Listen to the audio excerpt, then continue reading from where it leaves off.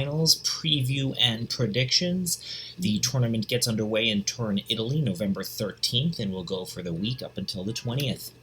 Let's first talk a little bit about the format. The top 8 players in the world are invited. This is an invitational tournament. You qualify by finishing the year in the top 8. Unfortunately, Carlos Alcaraz was injured and had to withdraw. This allowed world number 9 Taylor Fritz to accept an invitation to the main draw. The tournament will feature 2 alternates, Holger Rune and Hubert Hurkacz, who will fill in and substitute in for any player that would be injured during tournament play. There are 2 groups of 4 players each. The groups are identified by color, groups red and green, probably for the colors of the Italian flag where the tournament is hosted, and the 2 groups will feature round-robin play.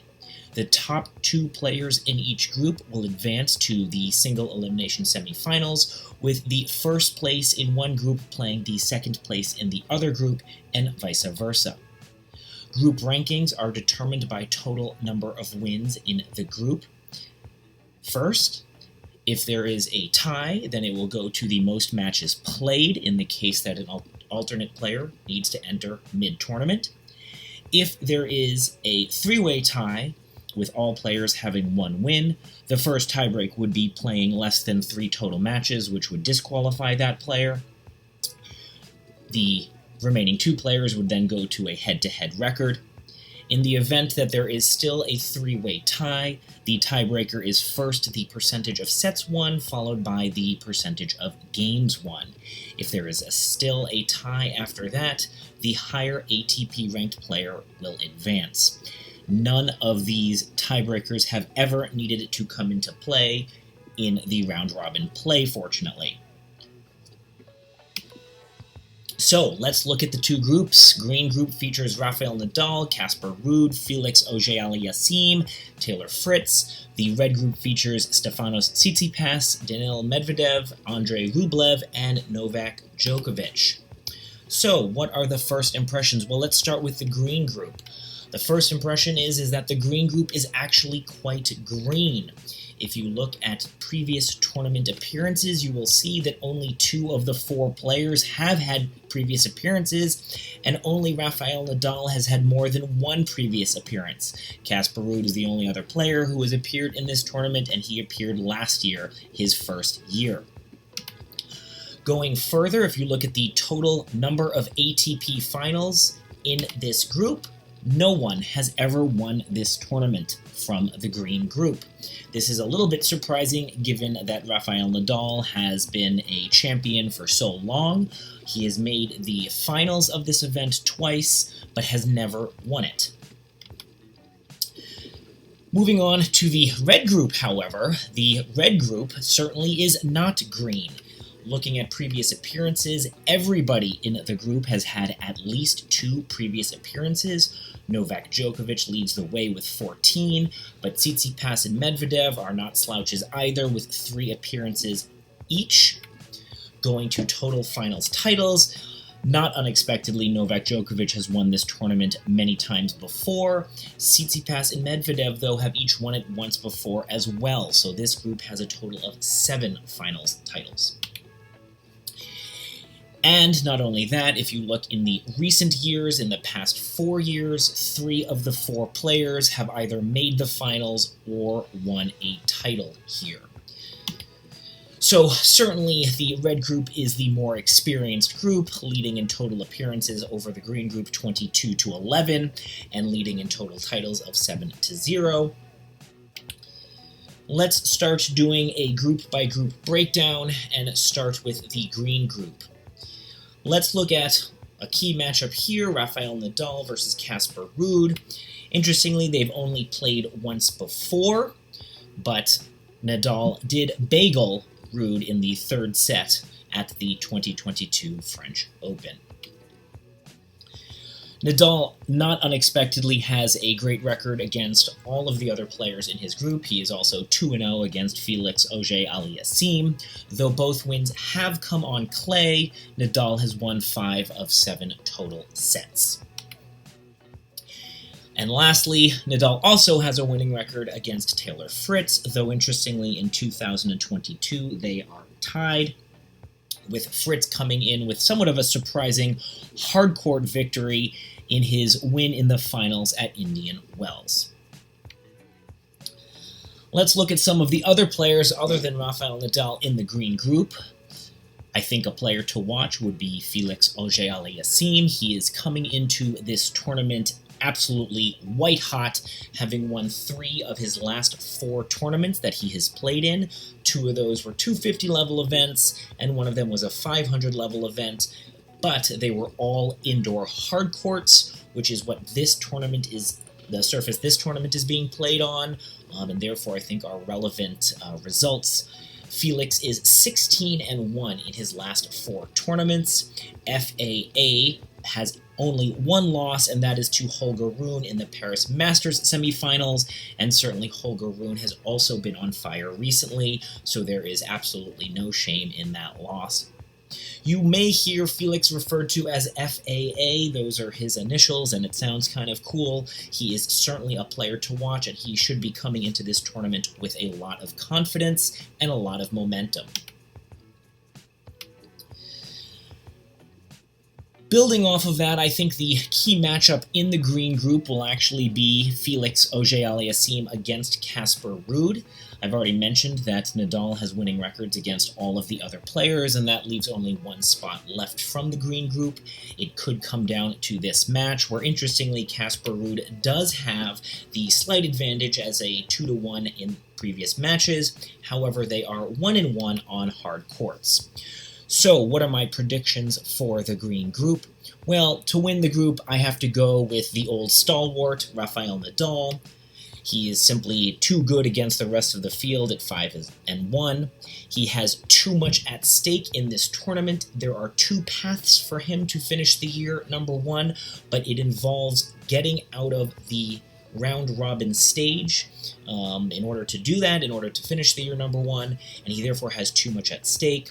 And he has never won this tournament, and it might be his last chance, and I think that, plus the fact that he could finish the year number 1, has to be motivation enough for him to make it out of this group as the top seed.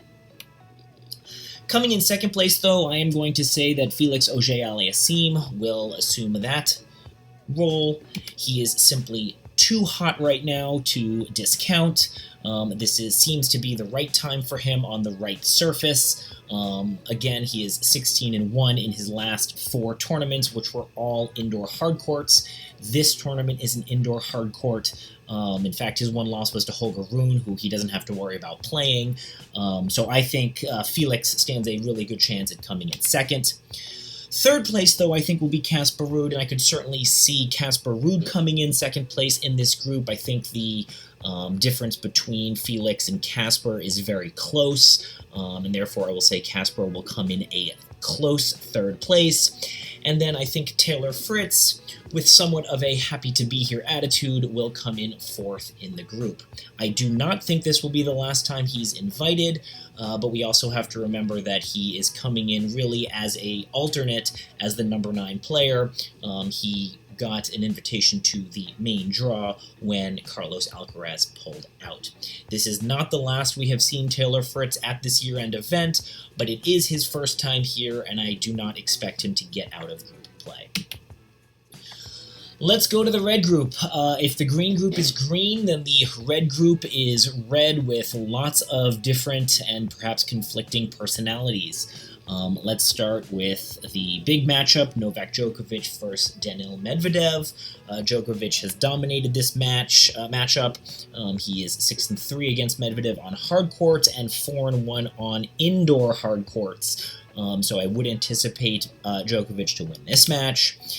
Similarly, Djokovic dominates Tsitsipas. He is 9-2 against Stefanos.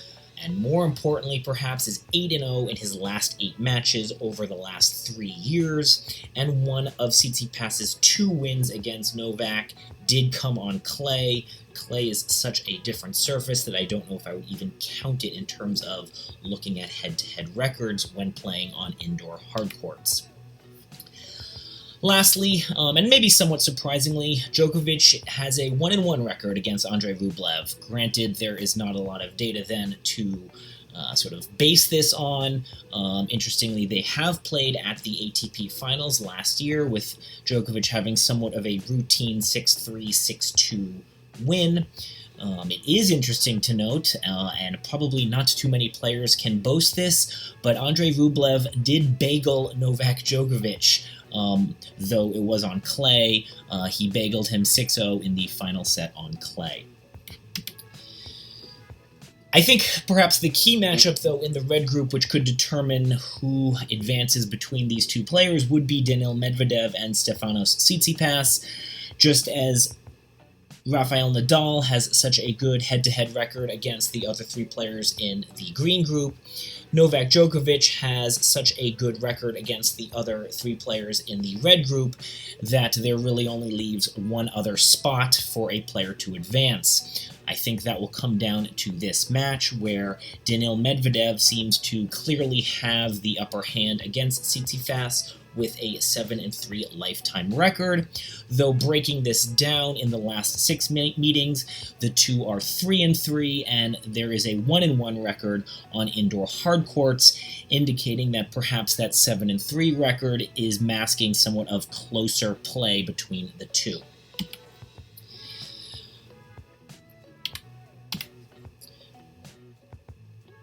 In a head-to-head matchup between Daniil Medvedev and Andrei Rublev, Medvedev clearly has the upper hand with 4 wins to 1, and I think this is the result ultimately of contrasting styles of play. Medvedev is a very patient baseline player, while Andrei Rublev is a much more go-for-broke type player. Clearly, the patience from the baseline seems to reward Medvedev in this head-to-head matchup. Tsitsipas versus Rublev. Tsitsipas has the upper hand, 6-4. I called this key matchup number 3, which, if you've been paying attention, pretty much means that every single one of the matchups in this group is key. But Tsitsipas holds a lifetime 6-4 record against Andrei Rublev, and he is 3-2 on indoor hard courts and 2-0 in his last 2 matches. I think, therefore, this bodes well for Stefanos in this specific matchup. I would also point out that I think this matchup will be very entertaining to watch. The two have very similar styles of play, with both making big shots and hitting lots of winners. Stefanos, of course, has the beautiful one-handed backhand, Rublev with the very gutsy two-handed backhand, but both are going to be going for broke from the baseline. Again, I expect lots of big shots, lots of winners. Both have a very aggressive style of play, and I think this matchup would be very entertaining to watch. So, what are my red group predictions? Well, I think we have to start with Novak Djokovic.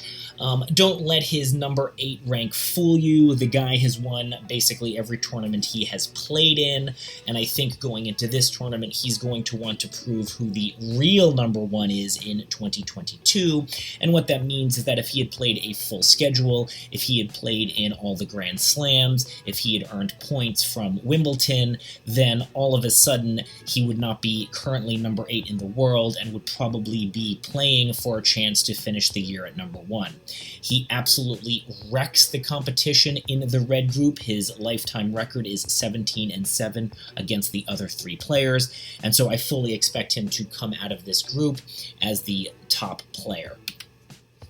Coming in at number 2, I am going to go out on a maybe slight limb and say it will be Daniil Medvedev.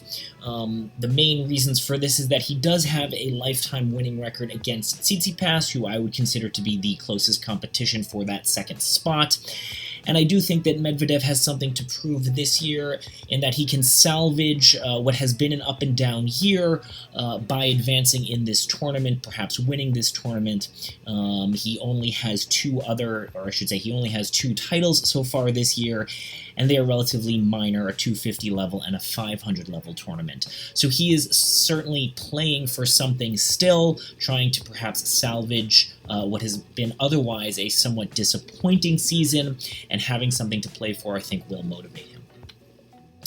If he comes in second place, then I expect Tsitsipas to come in third place, though I fully admit that he will be close to Medvedev, and I think the second and third place will come down to the Tsitsipas-Medvedev match. If Tsitsipas were to win that match, then I will reserve the right to substitute in Tsitsipas in the second place in the red group. Coming in fourth place, however, I think is going to definitely be Andrei Rublev. I think his style of play, going for broke, being very aggressive from the baseline, just doesn't fit overall with the quality of competition at this tournament. You are playing the other top players in the world, guys like Novak and Medvedev can certainly handle the aggressive style. They can certainly handle the power from the baseline. And so it renders Rublev's style of play somewhat limited against the other top players. I kind of see Rublev as the bridesmaid, always the bridesmaid, never the bride in these round-robin events. He will continue his round-robin drought. This would be his third time at the tournament, and he has yet to make it out of round-robin play.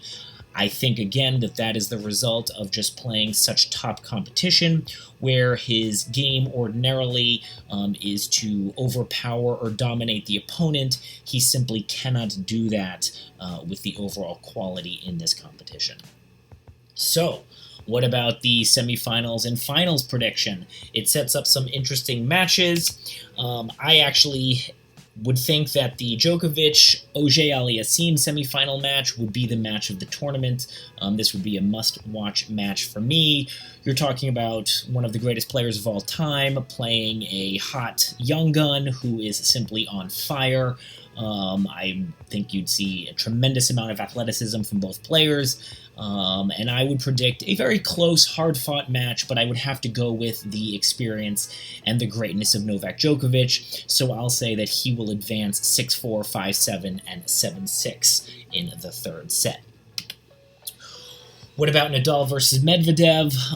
Again, Nadal is playing for something at this point. If he wins this tournament, he finishes the year number one, and that motivation, I think, can put him over the top. He also wants to make a statement to some of these new young guns that the old guard isn't done yet. I will say that in my prediction, Nadal will win a fairly straightforward 6-4, 6-3 match, and in the course of the match, at some point, Medvedev will smash a racket. As a bonus prop prediction, I will also say that he will yell at somebody, whether it is a coach or a lines person or chair umpire, or simply just scream at himself. So what about the finals? Novak versus Rafa is must-watch anytime it happens. I am going to go with Rafa over Novak, and this is probably more a case of mistaking hope for certainty. That is a quote from Downton Abbey, I believe, and I would hope for Rafa Nadal to win simply because I would like him to finish the year number one, simply because he is too great a player to have never won this tournament. I do think that is such an odd finding that he has been around. He has been a top number one player in the world for going on 2 decades, and yet has never won this tournament. And this finals matchup would give him the chance to avenge an ATP Finals loss to Djokovic almost a decade ago. Djokovic beat Rafa in the finals of this tournament in 2013 to try to put in perspective how long these two players have been at the top of the tennis world. So, what do you think? Who do you think is going to win this tournament? Is it more hope than actuality for Rafa Nadal to win this thing? Please leave your comments and questions below. Thank you for watching this video. Be sure to like and subscribe to see more videos. Thank you again.